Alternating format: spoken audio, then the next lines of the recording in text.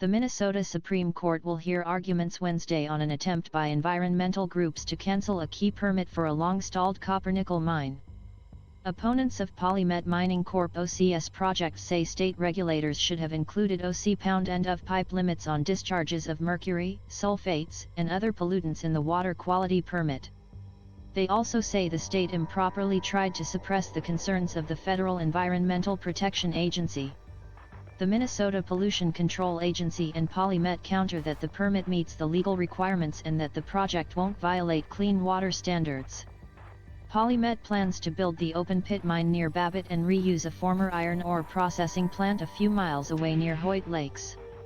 The sites are in the upper St. Louis River watershed of northeastern Minnesota, which eventually flows into Lake Superior. The water quality permit is one of 3 major permits issued to the company 4 years ago that are on hold due to legal challenges. The others are the project's overall permit to mine and a federal wetlands destruction permit. PolyMet, whose majority shareholder is Swiss-based commodities giant Glencore, has been unable to proceed with construction of the $1 billion project without them. Paula Maccabee, an attorney for Water Legacy, one of several groups that will be arguing against the permit Wednesday, said the case is an important test OC pound of both whether the courts will help us defend clean water and human health, and whether the courts will help us defend regulatory integrity in Minnesota.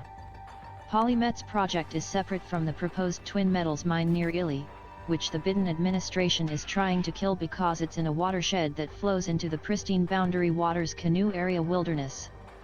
Maccabee said the water quality permit issued to PolyMet won't protect humans, fish, and other aquatic life, and wild rice that grows in downstream waters, from the harmful effects of mercury and sulfate discharges. But PolyMet and the MPCA say the project will result in net reductions of those discharges because the mine would capture and treat seepage from an old iron mine waste disposal pond that PolyMet would repurpose for its own waste. The opponents SoCo, which also include the Friends of the Boundary Waters Wilderness, the Fond du Lac Band of Lake Superior Chippewa, the Minnesota Center for Environmental Advocacy and the Center for Biological Diversity OCO also argue that the MPCA improperly tried to keep the EPA's criticisms of the draft permit out of the public record, resulting in a weaker permit. Lower courts disagreed.